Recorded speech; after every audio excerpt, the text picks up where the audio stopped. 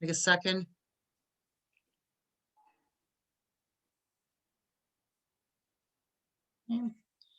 And Sorry, did we have a numbers, seconder for the approving the minutes? yeah, Jim's moving his, I think Jim's waving his hand, unless he's playing. Actually, Karen seconded it. Oh, Okay. Karen, did you? Thank you. Yeah. Didn't see that. Okay, moving on to business arising. Committee only- vacancies. Right. The only business arising is that we still have 2 committee vacancies, one Indigenous representation and one representative of youth. So if you Okay, want to keep promoting that, that'd be great. yep, for sure. Okay, Florence, I think I'm gonna hand it over to you for the master trails plan. Okay, so we'll talk about the items 7 and 9 in the hopes that Kim will be able to join us. So for the Trails Master Plan, we still have the survey up on the My Manitouwadge page. And it is outlining what some of the recommendations are based on public input and user group input. We did have a really great meeting with Pick River First Nation yesterday to talk about the Black River canoe route to Pick River. And the chief of the community was on the call and is very supportive of the work that we're doing and has offered staff support towards the project, as well as hiring of new staff to help us with trail maintenance and any grant applications that we will be putting in for trail work or staffing, marketing and promotions. They're willing to partner with us on those applications. So it's all very positive, and we're looking forward to developing a new partnership with them. And this is one project of, we hope to be many projects that we work on with them. So the next steps in the master plan are to finalize the recommendations, and then we will receive the draft plan from the consultants, which we will present to council, and then start to pick some small projects that don't cost a lot of money to put in this year's budget. And there's also a grant open right now through the Rural Economic Development Program that we're looking at to hire staff to help us with trail maintenance and development as well. So this would be a new position in the community, and we can apply for up to $150,000, I believe.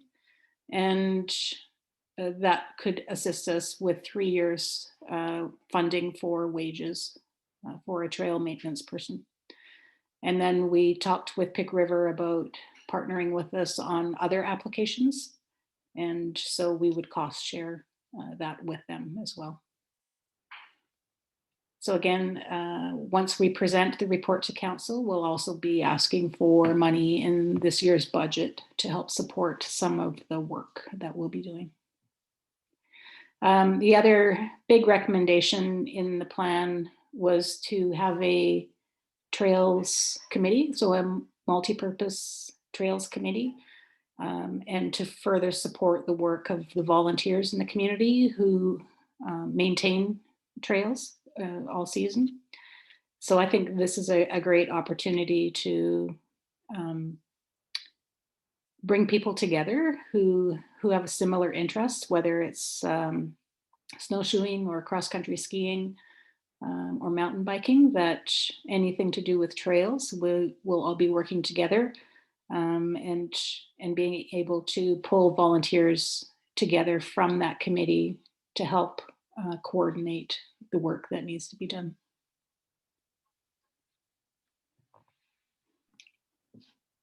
So that's my update on the multi-use trails master plan.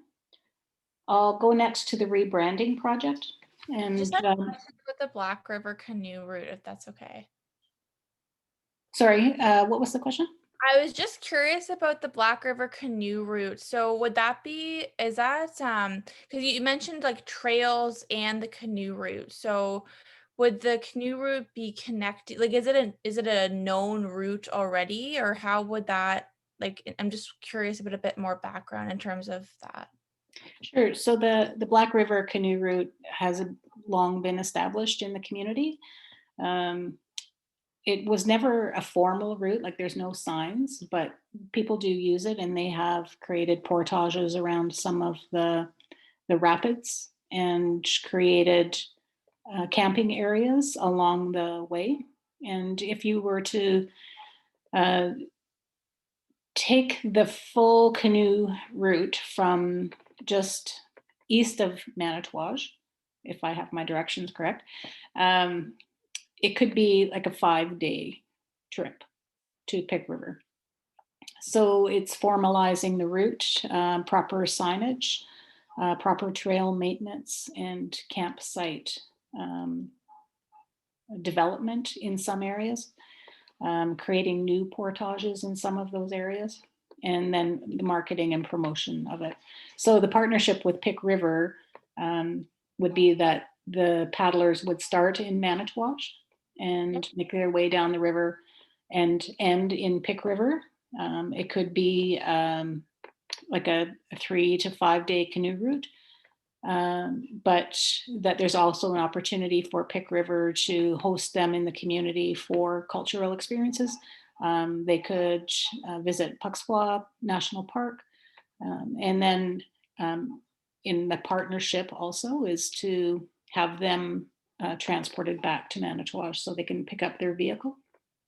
That's really interesting. No, it made me think, just along the Cascades, there, Aaron, do you know, because like there was a group, there's an organization, the Cascades Hiking Club, and they got funding to like put out to like develop the camping sites around there, to do like bear boxes, like different types of maintenance associated with that. I just wonder if there'd be a way to somehow, I think it was for educational purposes, they got funding through it somehow. I'd have to go back and read some of the emails that I got from Matt, but I know it was a joint partnership with the Township of Scriber. I don't know if Dominic had initially applied for it. I'd have to go back and look, but that was, yeah, they got a pretty big chunk of dough to make the trail like more accessible for everybody as opposed to the extreme hikers. So Yeah. yeah. Yeah, I could try to ask about that too, but yeah, I think there might be some kind of funding available to formalize the routes. Okay, Matt did reach out to me when he heard that we were doing this study and offered any kind of support that we needed, and was really excited that there was an opportunity that we might be able to connect up with the Trans-Canada Trail route and ultimately their trail. So this is really one connection by water that we can make. Through the Superior Country Tourism Association, they're also doing a number of studies, but cross-country biking is something that they're working on, and that's also an opportunity for Manitouage as well. So things are starting to come together, and it's quite exciting. This partnership with Pick River First Nation is super exciting, and just really looking forward to what can be.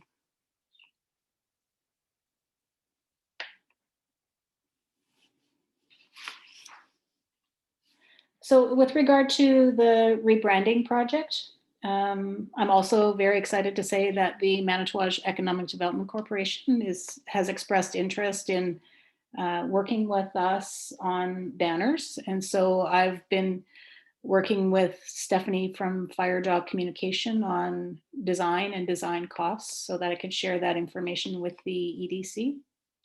And then the other update with regard to copyright is I've been working with Lakehead University in their economic development office to assist us with the copyright application. So that will be a little to no cost effort on our behalf. So I'll keep you posted on that development. So I think I'm just going to jump in and talk about the Revitalization Project. I'm just going to check my email quickly to see if Kim was having trouble logging in.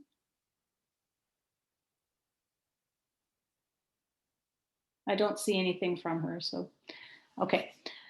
So a few weeks ago, I sent out the package that Kim had prepared for us, and I hope you all have had a chance to look at that.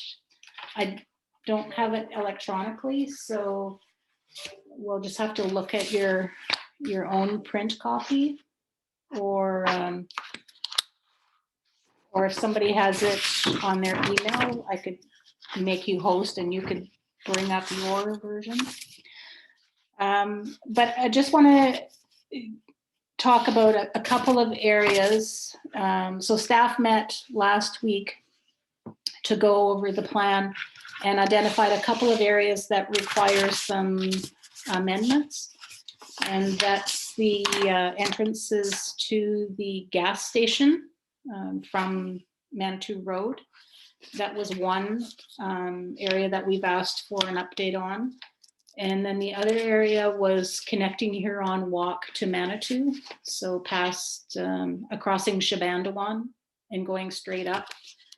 And there was some concern expressed about the grade difference in being able to use that intersection as a T intersection, and perhaps a merge might be more appropriate. But then we started talking about even a different location where traffic can access Manitou from Huron Walk. So we'll talk about those 2 points when we get there. But the draft plan that you've got is exactly that. It's a draft. But what it does is it highlights the types of work and the scope of work that will be proposed in the final draft. And so starting on the entrance into Manitouage, you know that was one of the focus areas that we were looking at. And so one of the recommendations is there's a wooden curb outside the high school. And so they're proposing that at that point, that wooden curb be removed and concrete curbs be installed from that point all the way into the downtown core. And that would coincide with repaving all of Manitou.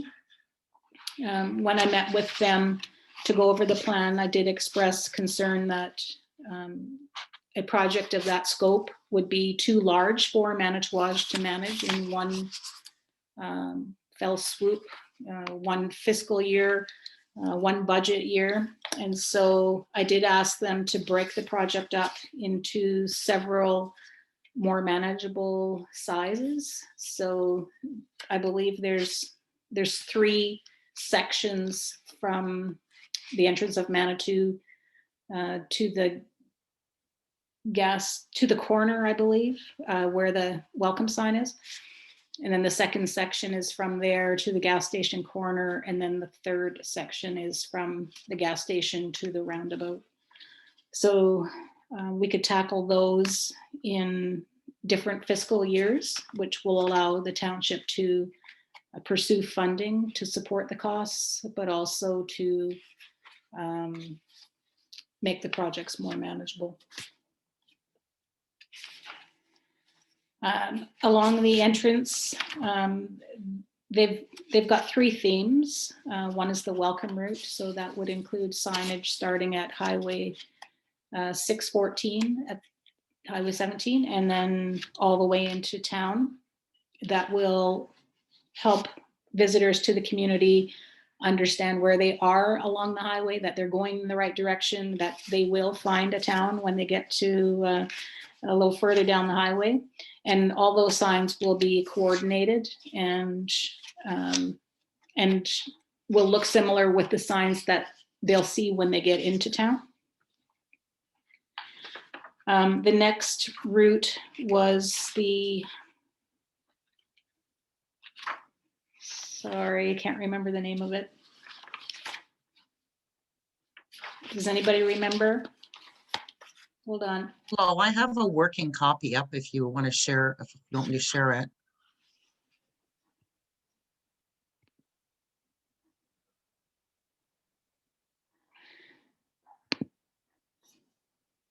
Okay, you're the host. Hey. What page were you on? I'm kind of bouncing around all over the place. I'll start at the beginning. How's that? Can everybody see this? No, we can still see you. Okay, how do I switch that over? Okay, let's see, participants chat. Share screen, right? Yeah. Hey, there it is, right there. And share, okay, Yay. there we go. Just open it up here. Can everybody see it now? Yeah, if you make it a little bit bigger, Okay. there's a plus arrow at the top. See it right there. Yep. Is that any better? It was better. Underneath your set as default button, there's a plus just below that. That's the one she's referring to, I believe. That is default. Where am I? Oh, I see it right there. The plus, I see it right here. Okay. Yeah. Is that better? Yeah, Or we're go back cutting and off click half. that black button that you had been clicking before. Okay. Okay. And then can you pull the top of your screen a little bit? See if I can move it up. Hang on a second. No, it's not letting me. Nope. Do you see the X at the top right? Yeah, Click that box right there. not No. the X, the other one, right? No. Yeah, there we go. Okay. Slide your arrow beside the X. Don't click the X though. Okay. Slide it beside. There we go. Just a second. I got to do the other side here. Okay. Are you seeing it better now? A little bit, yeah. Anybody else have any suggestions? I think it's as big as it'll let me go. Is that better? Okay, I think it'll work. Okay. Okay. So I'm on page 17. Okay.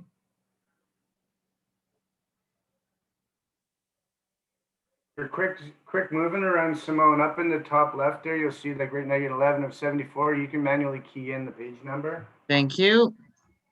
Got it. Okay. All right. So I talked about the welcome route, and that's from the entrance, Manitou Road, to Huron Walk.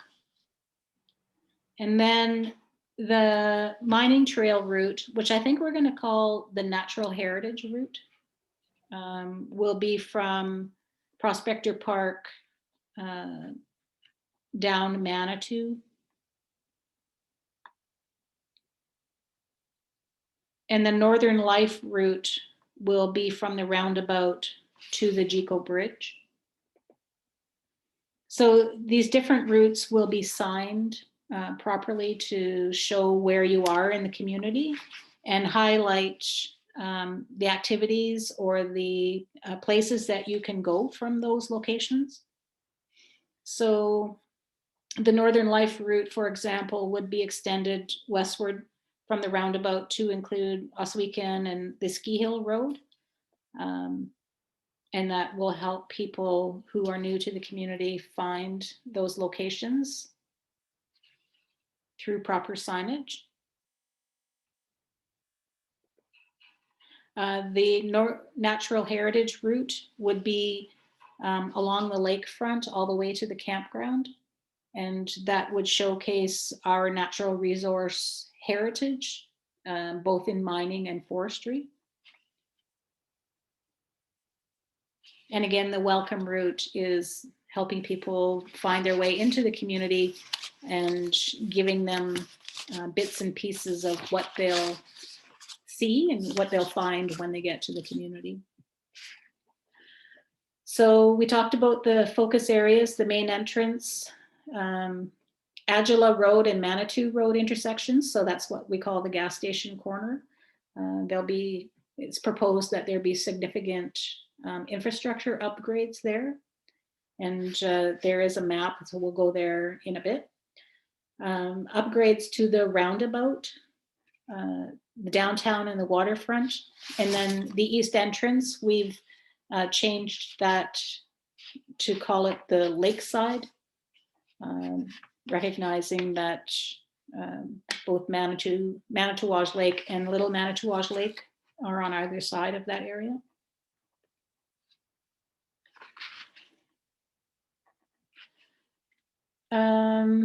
So I'm on page 20 now.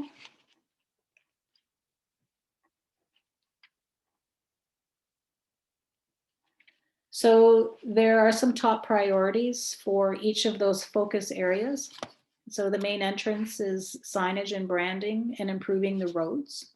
I don't think that should be a surprise to anybody. At the Agila and Manitou intersection, improving the signage and improving the sidewalks, because the sidewalk ends before you get to the gas station. At the roundabout, connecting the walkways, so pedestrians coming from any direction will be able to safely cross the roundabout.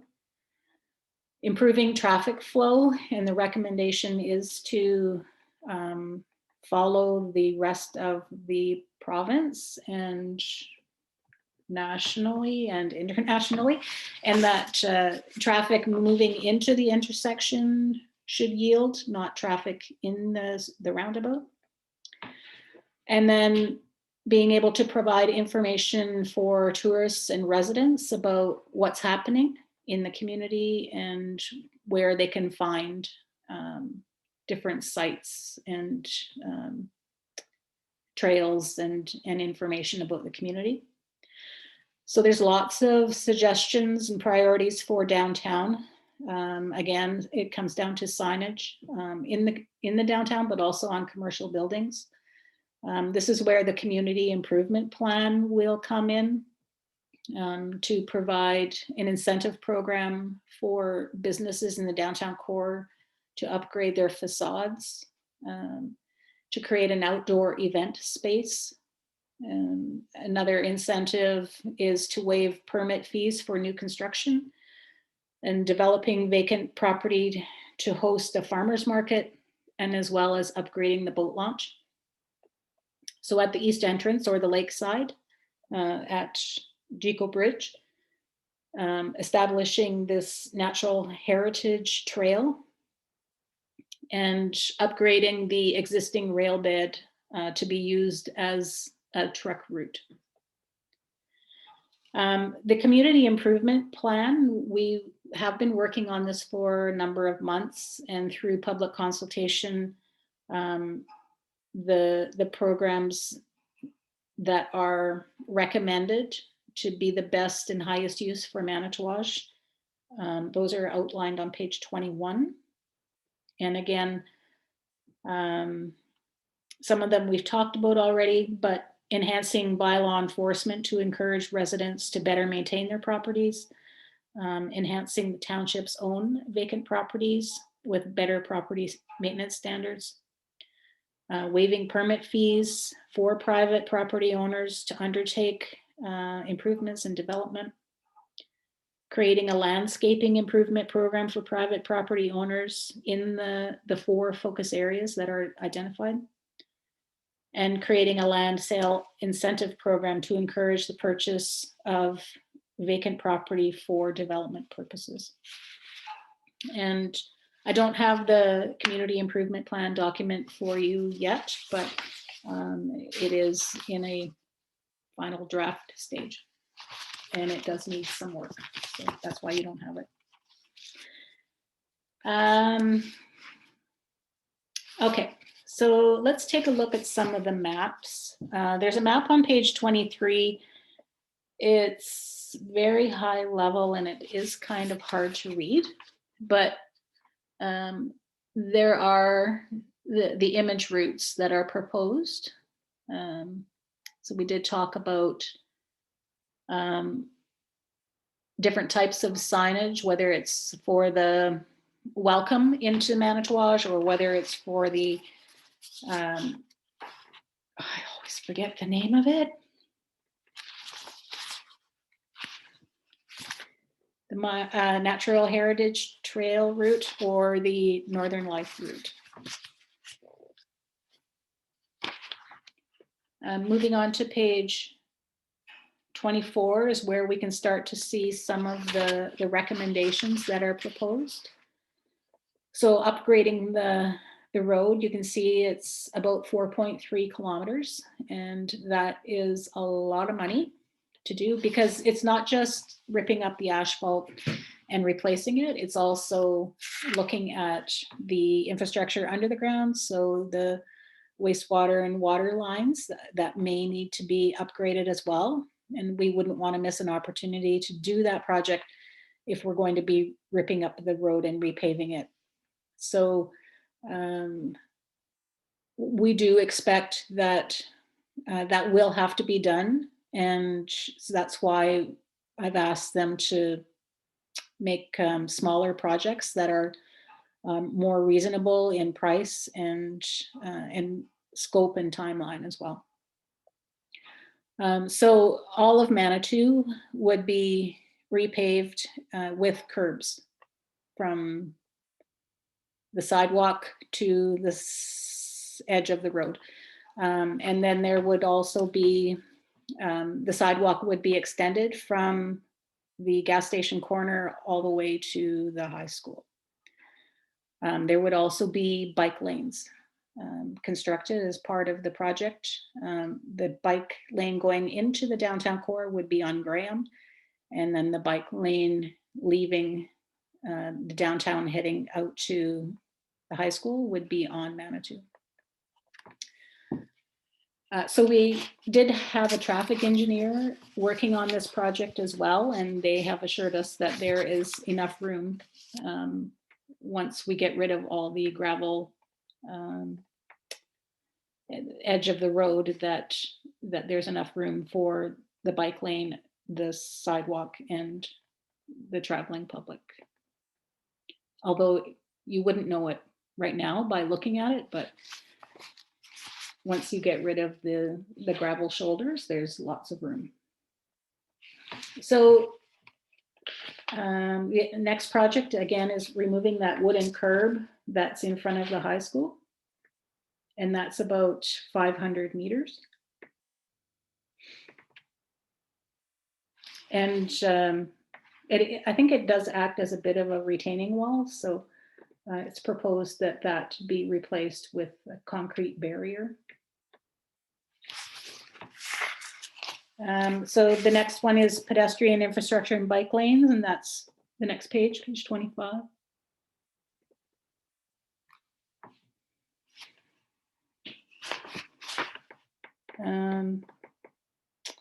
So on both sides of Manitou Road, so again, the one going into town would be on Graham. And then extending the existing concrete sidewalk. We talked about that.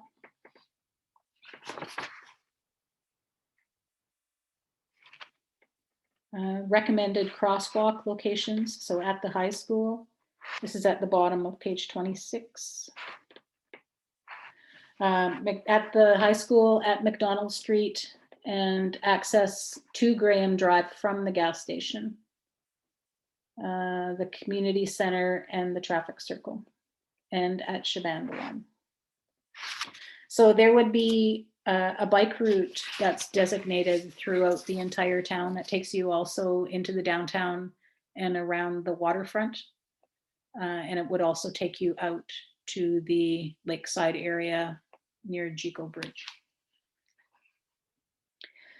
There was concern raised in the public consultation about the vehicle traffic that crosses the median between Graham and Manitou.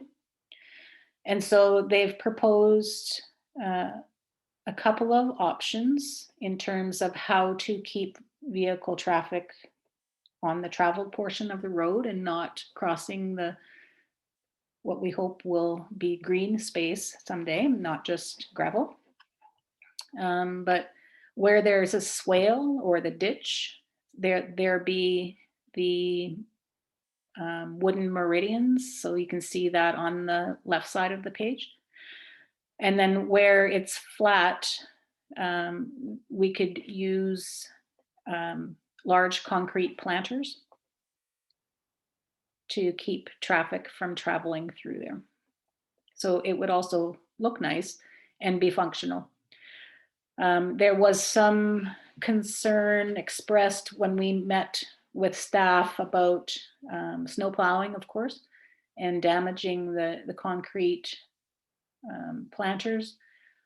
And that will have to be a discussion that we continue to have with Public Works about whether we remove them in the fall and replace them in the spring, or whether Public Works has to change how they plow in order to not damage the concrete planters. So that'll be an ongoing conversation. And again, this is a suggestion of what we could do. At the end of the day, it could be something else. Someone suggested that it be large rocks. Someone also suggested the planters might not have to be concrete. They could be made from wood. But what's important is that whatever we pick it fits the theme that's being used.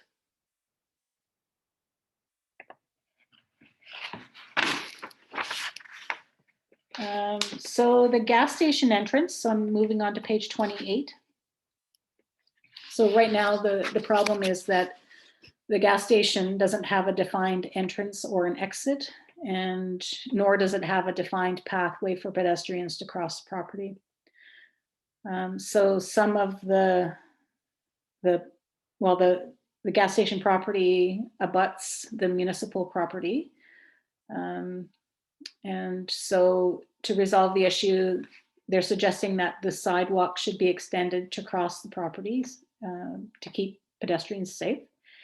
And also there is sufficient space to install a dedicated entrance and exit to the property without requiring the entire parking area to abut Manitou Road. And a landscape meridian should be installed adjacent to the sidewalk to define an entrance and exit to the property, so that the sidewalk is not directly beside the curb, but that there be a green space between the sidewalk and the curb.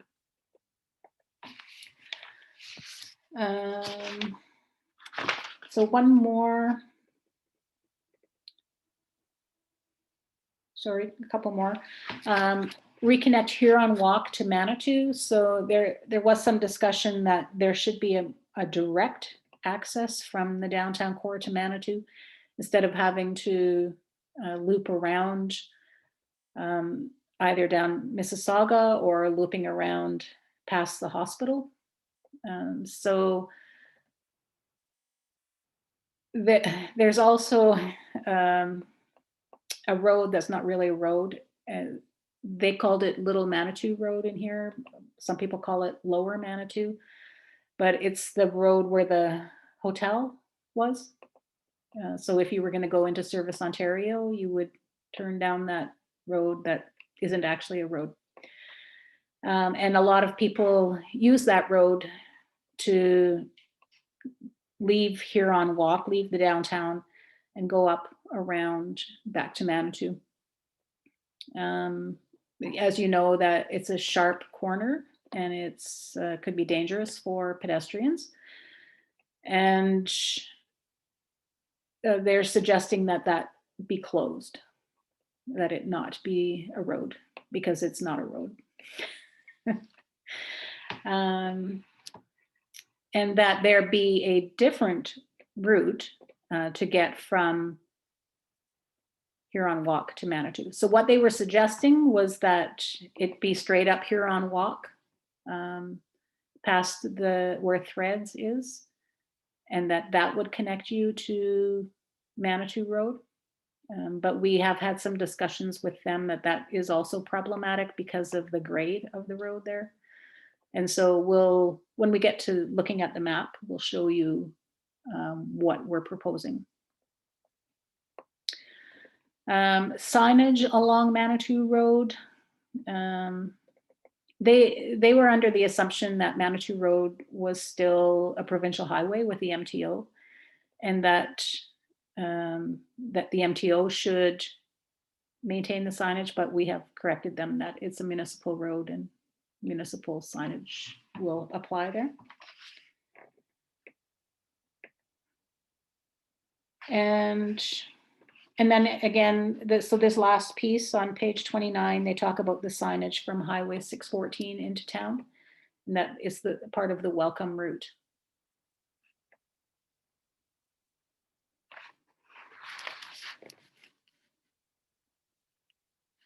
So the next part is there's some mapping. And this is at the corner, oh, sorry, Simone, if you want to turn the page to 30. So it's the intersection at Karamat Road and up to Manitou. And on the top left, you'll see the circle, and those are the new trail routes. So when you get into town, there's a large trailhead that will identify where you are and guide you through the town on a designated trail. So if you were coming in and you just wanted to park at the high school on a summer day, you can pull your bike out of the vehicle, or you could just get on the trail and walk. So that's kind of combining the two projects that we're working on simultaneously, and the consultants have been working together on those projects as well, and how they'll link together. And there's some landscaping, if you scroll down just a little bit, that will be a nice visual as you're coming into the community. The next page, 31, is an example of signage that they're proposing that we use and replace the Welcome to Manitouage sign that's currently on Manitou. And that all the signage has a similar look and theme to it.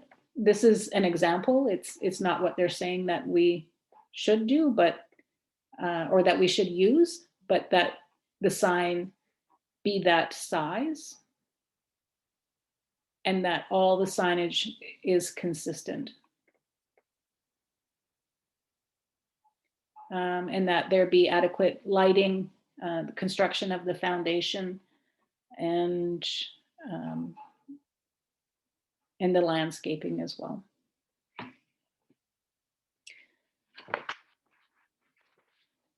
So they'll talk about signage again later in the document. The next map is the gas station corner. So we'll start at the left side. So you'll see that there's a new sidewalk and barrier-free ramp. That's the white area that's outlined in red. That would be new. And just below that, that's outlined in blue, that's the bike lane. That would be leaving town. Across Graham, there's the blue outline. That's the bike lane going into town. The red line at the intersection is a new crosswalk. And then you'll see moving to the right, the sidewalk is picked up again. And it takes you safely across to the existing sidewalk, which is in orange. All the way to the right, so. Up.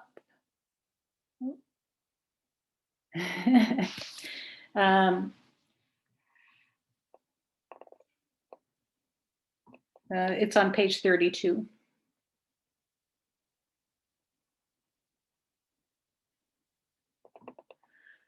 And so you'll see that the sidewalk is separated from the vehicle traffic with grass, landscaping, which you know that it doesn't have now. And also the corner of the intersection is more defined and also landscaped. You'll see that the entrance and exit have changed. One coming in off of Manitou and one coming in off of Agila. When we met with the consultants, we did express concern about the grade there, and the traffic engineers are looking at that now to determine if that can be done. And also we talked about large truck traffic having to access the site and whether the entrance would allow for that. So it's not just transports fueling, but it's transports dropping off fuel and dropping off food and supplies for the store.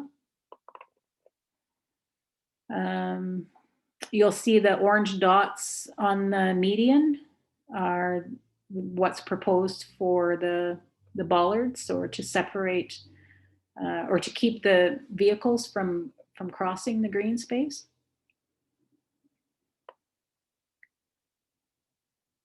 And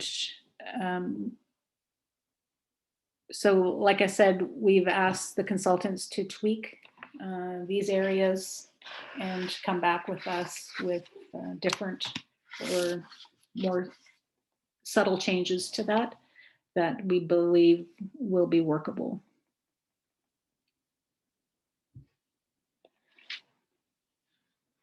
So the information on page 33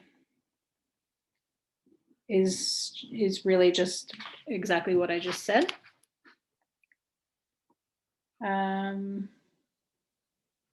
So the next area is focus area 3, and that's on page 34. And that's the roundabout. And so you'll see the addition of a crosswalk at each of the roads that will safely allow pedestrians across those intersections.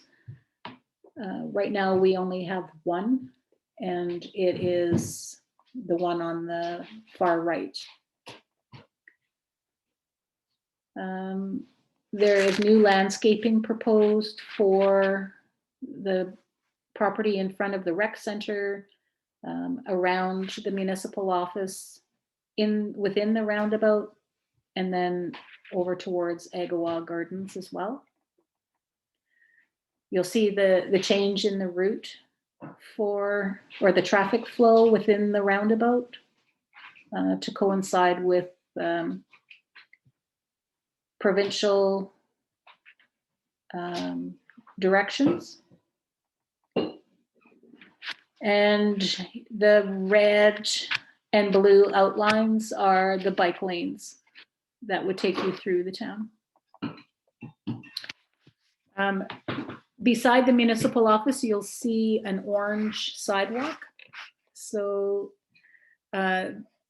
this is being proposed to safely move pedestrians into the parking area at Value Mart. And there's another map that I'll show you for the Value Mart parking lot. So there will be, it's proposed that there be significant changes in that in order to keep pedestrians safe and then on a specific route.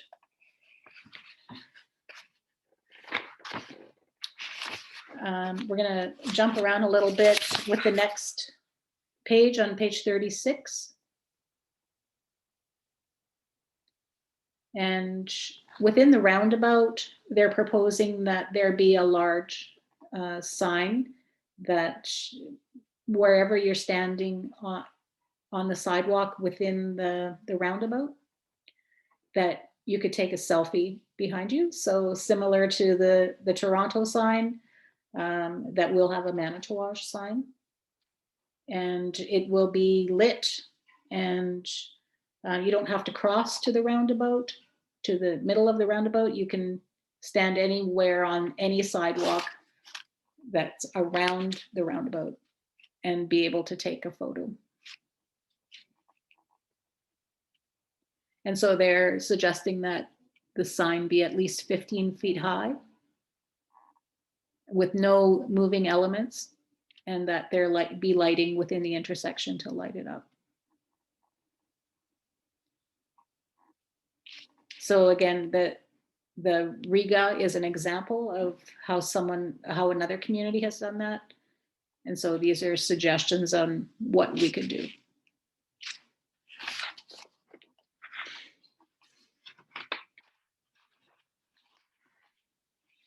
So also at the roundabout area, that there be new signage providing information on amenities. So trails, the downtown business area, the skate park, and that be located at the community center, and that also be a trailhead to access to the new and existing trails. So if you want to go to page 38, and it shows the downtown and the waterfront.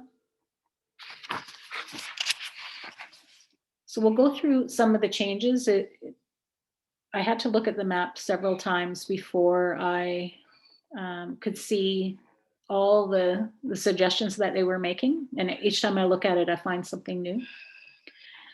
So you'll see the boat launch at the top of the screen, and then we can move the map down a little bit. So the boat launch is proposed to be upgraded, and that the Prospector Park be upgraded as well with the black box on the far left is a stage area. Yep. And then what looks like a bit of a pyramid is actually seating, so people can sit and see the lake and the stage area. And that there be heated washrooms somewhere between the boat launch and that stage area. So with running water. You'll see the blue line along the waterfront on the road. Again, that's a bike trail. So that would take you throughout the town. Hold on 1 second. Can you take it off speakerphone?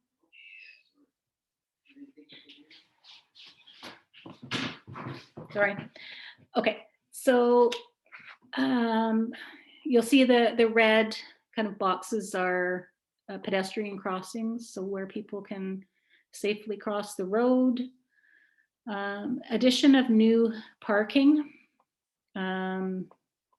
So you'll see kind of the white spaces along that area is dedicated parking. And you'll see that the sidewalks are extended around, again, to allow pedestrian traffic to find their way from the downtown core to the waterfront safely. There's a parkette beside Village Pizza. Yep, so that would be landscaped and tables and benches there so that people can have their lunch downtown or have dinner, not just take out from Village Pizza, but from any other restaurant as well, and that there's a place downtown where you can go and sit. The sidewalks are existing precast pavers, so they're different than the lock stones that we have now. And you'll see the bump outs at the intersections, so that slows the traffic down. Parking isn't as much of a priority in this version as it currently is. Again, creating some more dedicated parking, but it doesn't necessarily have to be right on Huron Walk. The parking lot that's across from the post office, so it's kind of adjacent to the town office. Yep. The parking lot just a little bit down, Simone. Yeah. So that's proposed to be a outdoor market area, and those little boxes within there are tents. So the tents are removable, and on market day the tents would go up, and when it's not market day, the area can be used for parking. If you go back to Huron Walk, at the corner of each intersection, you see these little black squiggly lines. Yeah, like that. Those are proposed like awnings that people can sit under.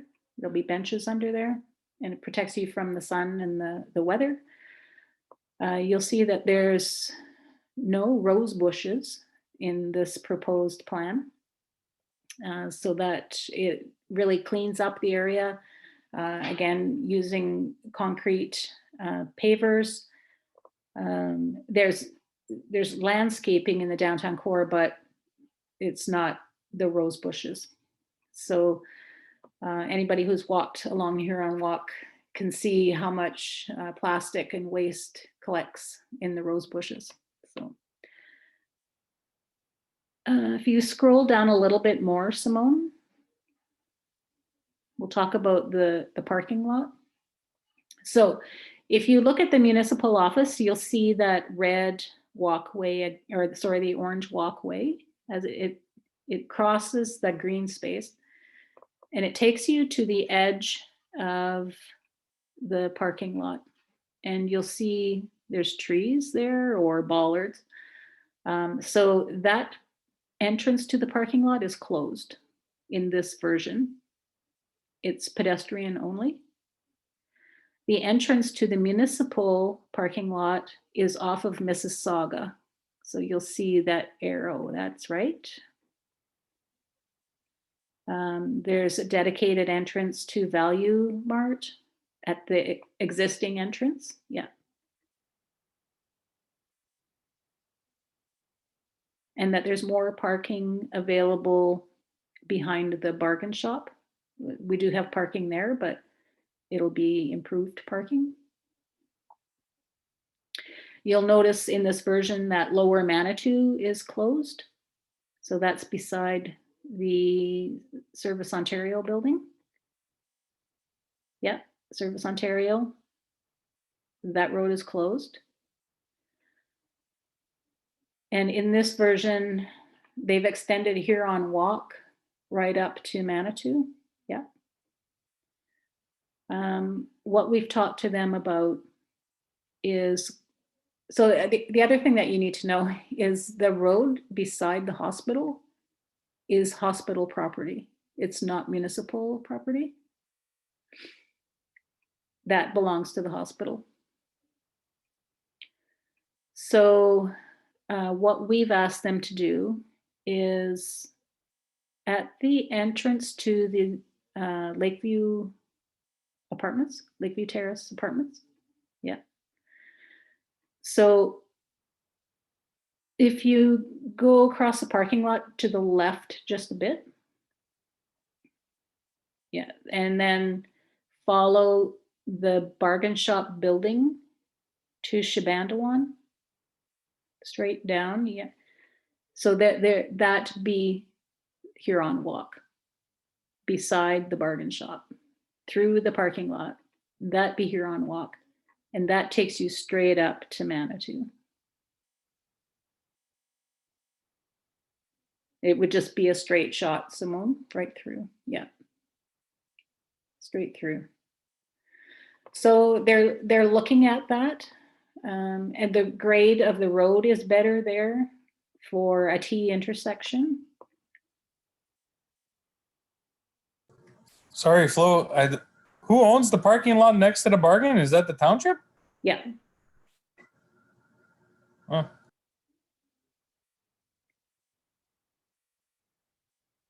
So again, this is a suggestion on what would work. And any project that we undertake has to go through another stage of public consultation and also detailed design. So this isn't written in stone, but this is based on what we think will work best.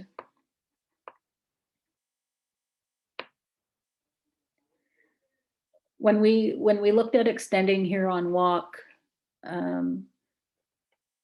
some suggestions were made that maybe it be a merge onto Manitou, but then it cuts beside that building where Threads is tighter, and also merges onto Manitou are problematic.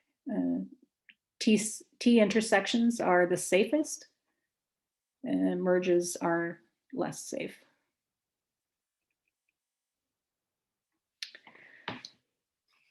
So I think that's everything that I can see in that map. Of course, the biggest changes are the entrance to the municipal parking lot and the separation between the municipal parking lot and Value Mart. It's not to say that people can't park in there to go shopping at Value Mart. It's just that people have to walk along the sidewalk to safely cross the parking lot, which is a good thing. It's not a bad thing. And it'll look a lot nicer too.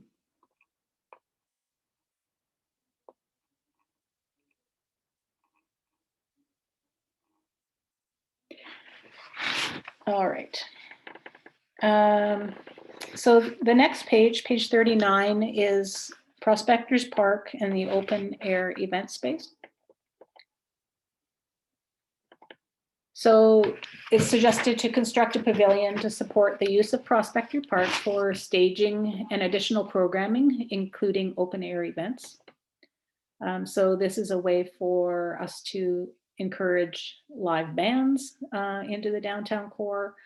And those would coincide with market days, which would create a much more vibrant downtown and encourage more people to the downtown, which encourages more people to shop in the downtown, which supports our businesses.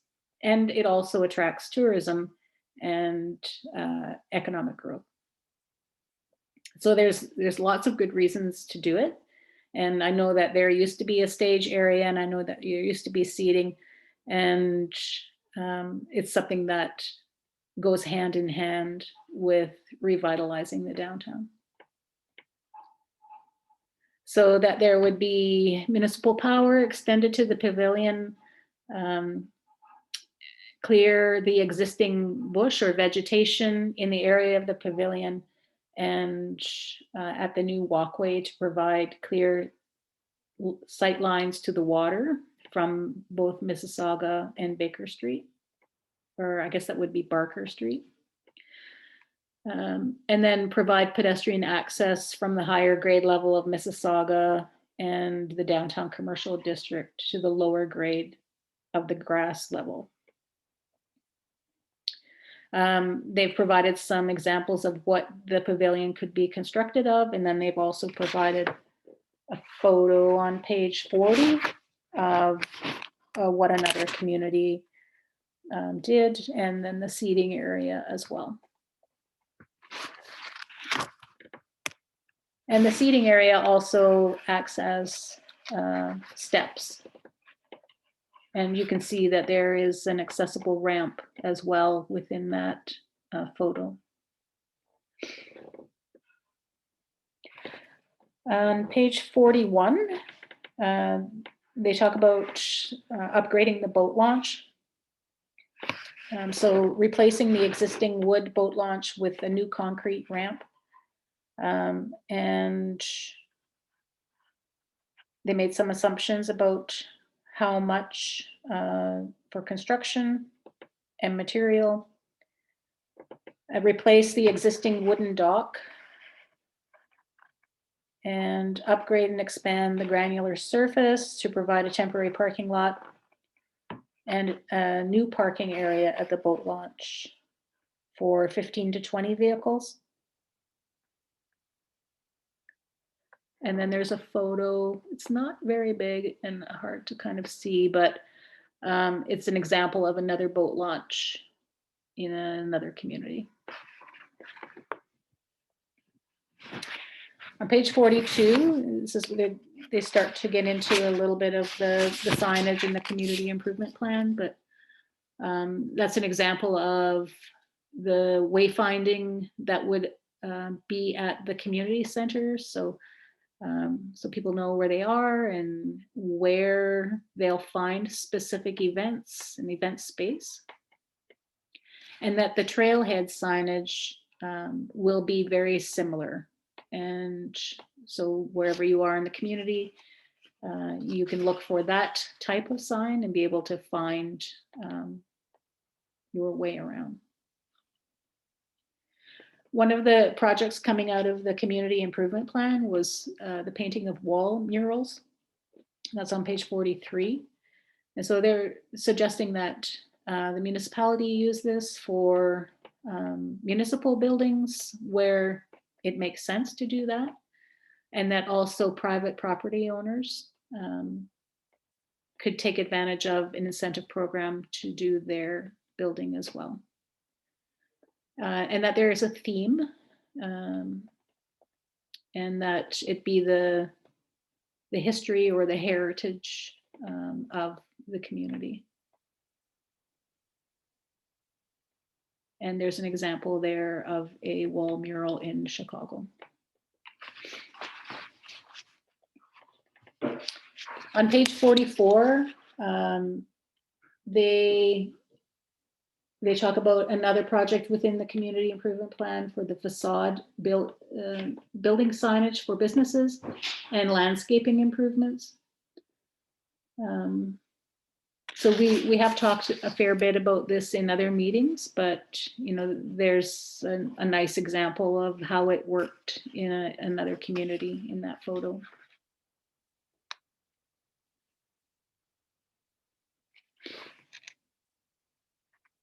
On page 45, there's a photo of the canopies that they're proposing that be installed in the downtown core along Huron Walk in various locations that provides shelter from the rain and sun. And it also creates an invitation for people to spend more time in the downtown core.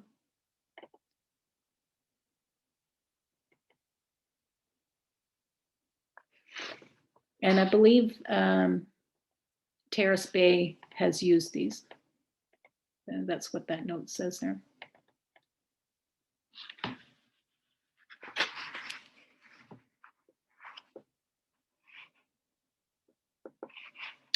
On page 46, there's an example of the walkway and the ramp that would run from the municipal office to the Value Mart parking lot. So it's a switchback. It means it goes in two different directions.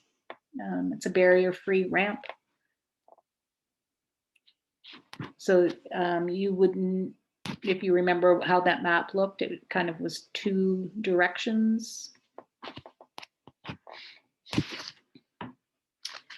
On page 47, the little parquet that's beside Village Pizza, this is an example of what it could look like. Would have bike racks, street lighting, shade trees, and public art.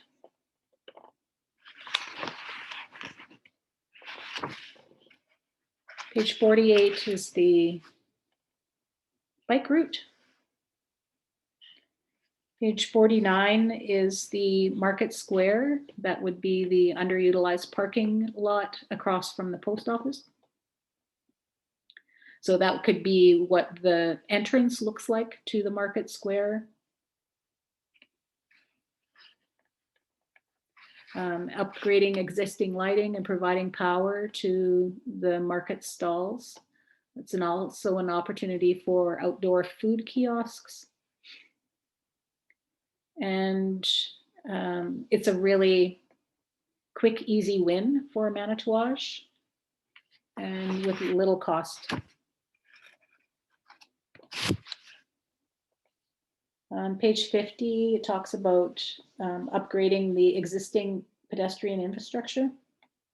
So they recognize that we have these pedestrian ways, but we also have sidewalks that need to be upgraded, updated, replaced, and extended.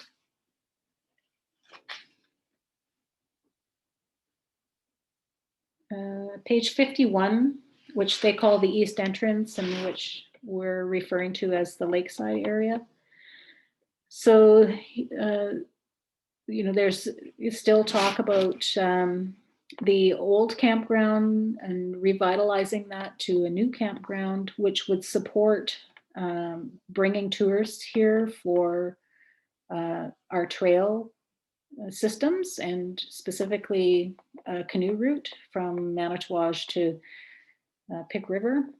And what Manitouage lacks is accommodation for tourism purposes. We have some great Airbnbs, some B&Bs, but we don't have a lot of motel accommodation that would be of that caliber for tourism purposes.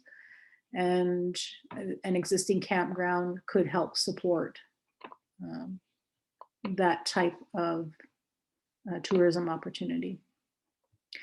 And then you'll see that the bike lane is extended out that way as well. The natural resources trail would extend out there.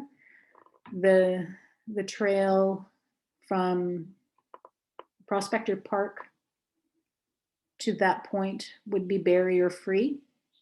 And in the trail master plan, it's proposed that we extend the trail around Manitouage Lake to the other side of the lake. So once it departs from the campground area, it's no longer barrier free. It is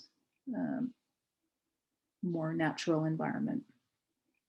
But there will, with this proposed trail upgrade, that it would provide barrier free access for wheelchairs and strollers.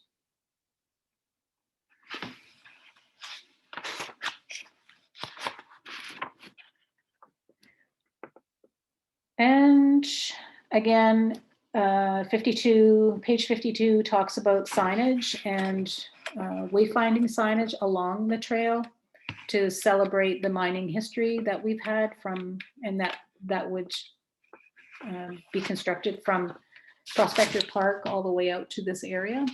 And we could utilize some of the mining equipment that we have out at Highway 17 and 614, which has to be relocated for our all year washroom upgrade that the MTO is doing out there. So we've confirmed with the MTO that the monument can stay, and it would be it's a good opportunity for us to continue to market Manitouage to the traveling public with that, but the mining equipment does need to be moved and relocated because the corner project will also accommodate large truck traffic as well, not just passenger vehicles.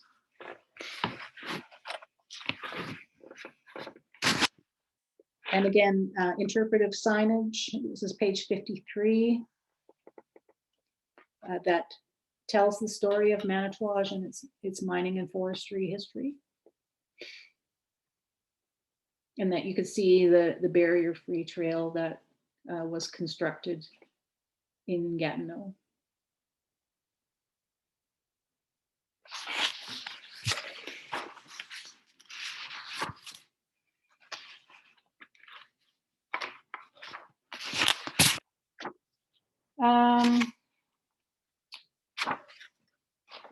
The rest of the information is kind of specifies the different types of signage. And I'll bring your attention to page 60. And so you can see the large welcome sign on page 60, the size of it. And then the different types of signage, you can see how they have a very similar look to them. But what changes is the sizing specific to the purpose. So the trailheads, for example, would all be of the same size and similar material. The walkway markers would be, again, similar in design, but of a different size. A minor trailhead, again, would be different, but it would allow you to see where you are on the route. Pedestrian directions, those would be located within town. The bike route signage is of a height that bikers can see easily. And then municipal parking signs in the newly constructed parking areas, designated parking areas. And if you recall back to where the parking areas were along the waterfront, those are also to assist parking for the markets, because if you've been to a market, you know that parking is atrocious. So it pushes it out just a little bit, and it also encourages people to go down to the lake.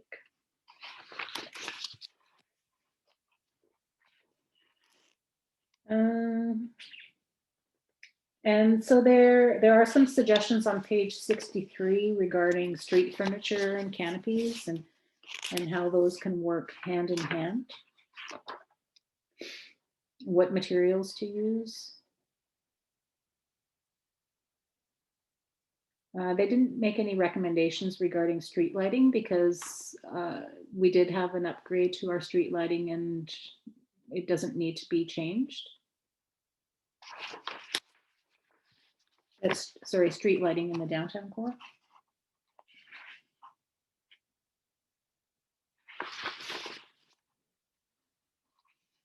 And then some suggestions around landscaping on the last page, I think, is 66.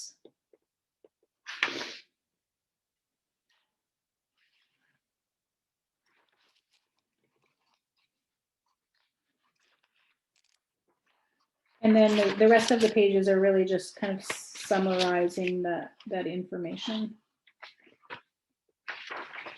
We have received some preliminary costing for these projects, which I did not include because that is still being worked on, and with changes to a couple of the proposed projects, haven't presented that yet, but it will be part of the final report that the committee receives. And then after that, the committee would make a recommendation to present the information to council, and we would ask council to approve the plan. So let's open it up for discussion. I'm going to take notes.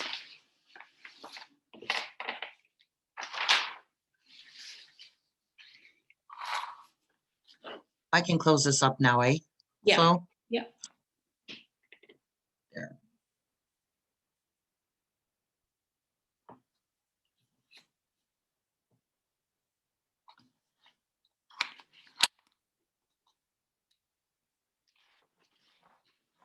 Anybody have any comments or questions?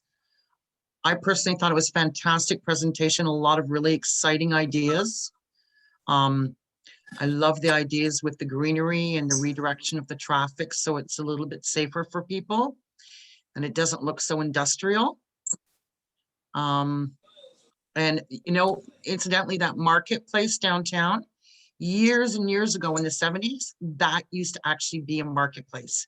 It Oh. wasn't really, it didn't have canopies. It had people pulling up with trucks and opening the back of their truck and selling corn or peaches, or I think somebody sold carpets, seafood, that type of stuff. So it's kind of almost like right back to where it was.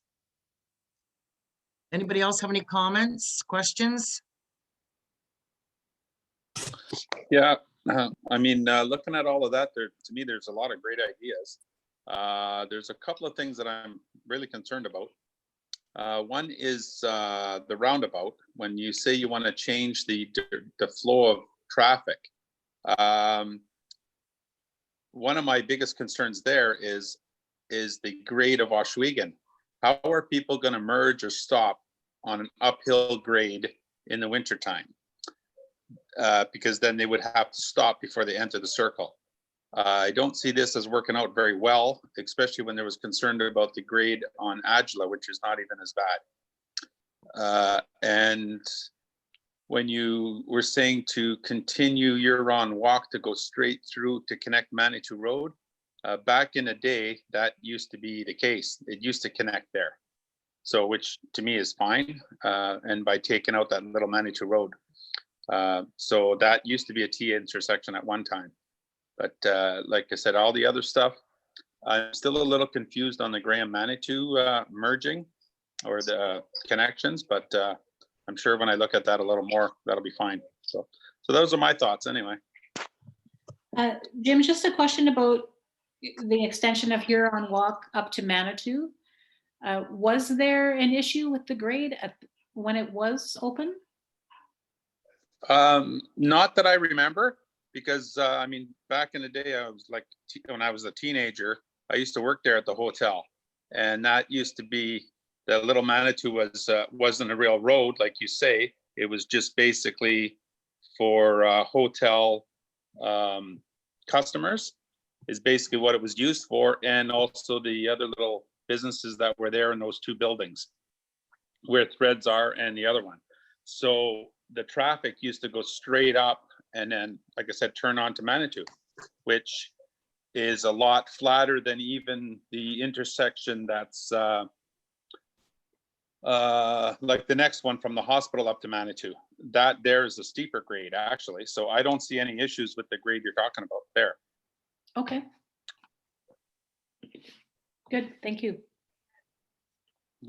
My biggest concern is the traffic going up Oswego and having to merge or stop. Okay. Thanks, Jim. Okay. Anybody else have any questions or comments? I just had like a general comment just when we were going, great presentation also, by the way, it was excellent. I just was like looking at this with like a NOHFC like funding eye when we were going through. So like definitely I think that for the open air farmers market, purchasing tents, like that was something I could see being considered as part of like an event program, for example, or like included in the costs of something else, because those could be used not only for like farmers market, but for other types of events. Like they could be used throughout the year. So that's something I would definitely see as like potentially being eligible for purchase. Also with like the boat launch upgrades, I mean, it depends like what you were looking to do, but certainly if there was something around like encouraging, whether it's like fishing derbies or like increased like some kind of business or something related to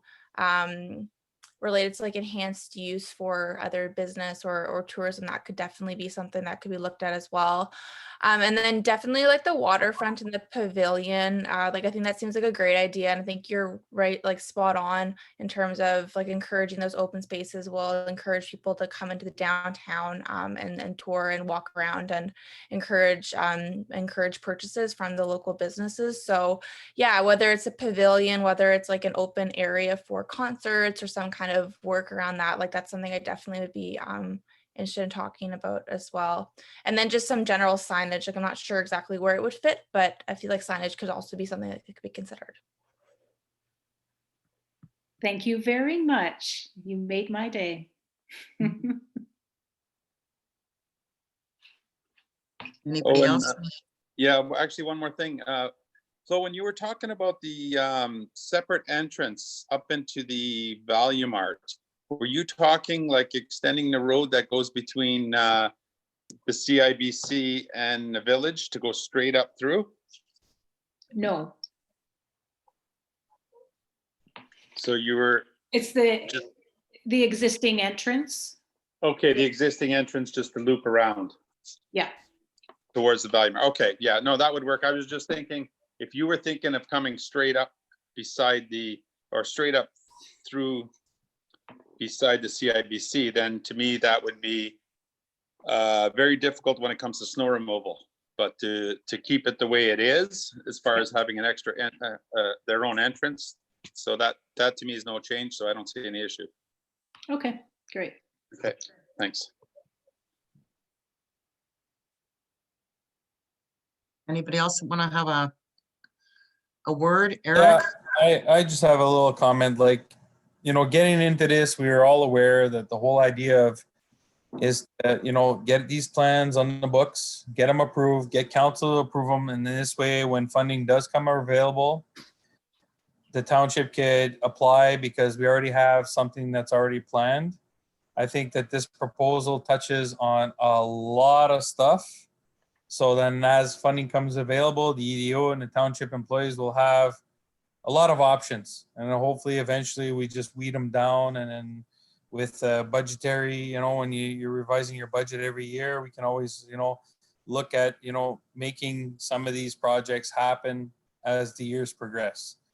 I think it'd be great for our downtown. I don't think the actual plan touches on much of our derelict buildings that are sitting around town that maybe the township owns. Stuff like that.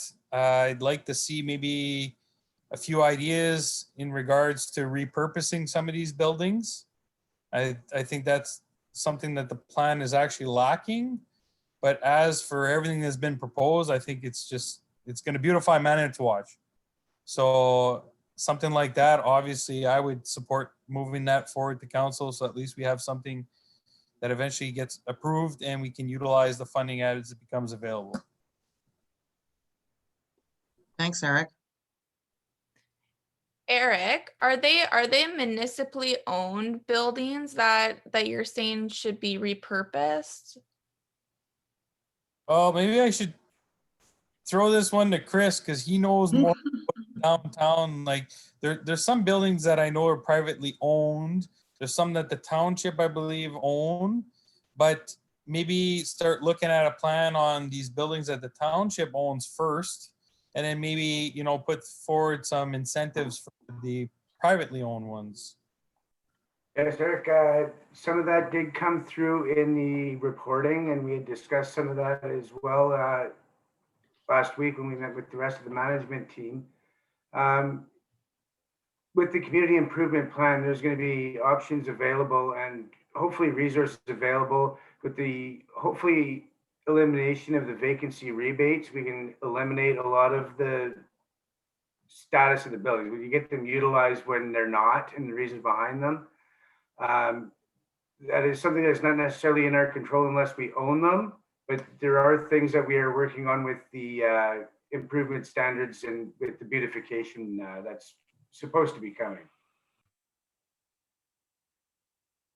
And I'll just follow up on what Chris said. The community improvement plan that will work hand in hand with the community revitalization study allows us to create incentives for private property owners, such as, like Chris said, vacancy rebate, but also selling the property below market value for development purposes, whether it be for commercial development or residential development. And also creating opportunities for businesses to do facade improvements. Even if they don't repurpose the building, they could still fix up the exterior through an incentive program that the township offers. And at least that way, the look and feel is similar throughout the downtown, whether there's a business in there or not. So the community improvement plan does address both municipal and private property for in the designated areas within the plan. And the property standards that will be pushed through hopefully sooner than later after we get through some of this COVID will help address a lot of those general concerns.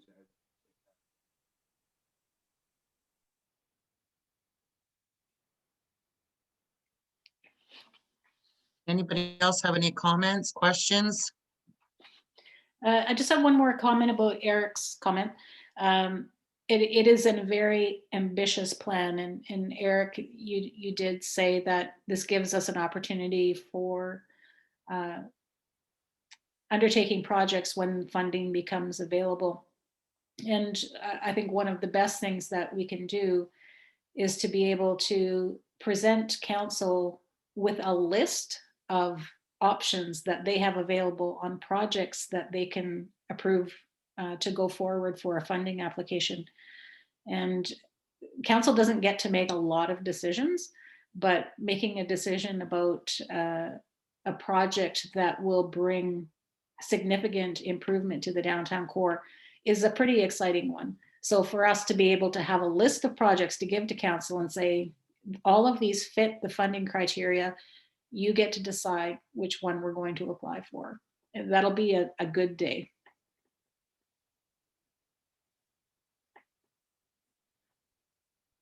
Thanks, Flo. A lot of really good positive things coming out of all of this. I mean, it's like what Eric says, is not going to happen overnight, but at least there's so many opportunities to explore. Yeah, and again, just a reminder that this isn't something that we can undertake in 1 year. This is a 20-year plan, and we keep chipping away at it. And before you know it, there's going to be a completely different look and feel in the community. Okay, can we wrap it up, everybody? Is there any other business? Anybody? No? Okay. All right. At this point, Simone, just for flow, are you looking for a motion from us today to forward this to council? No, not yet. This is the preliminary draft. We have another round to go before we have a final draft. And at that meeting, then we'll be looking for a recommendation.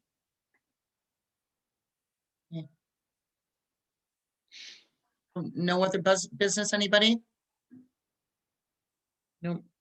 Okay, how's the next proposed meeting date of Tuesday, February 23rd? I don't see any objections there. Okay, so can we get a motion to adjourn, please? Eric and Jim. Okay, thank you very much, everybody. Thanks for attending. you. Thank you, Flo. See you guys later. Bye-bye. Bye.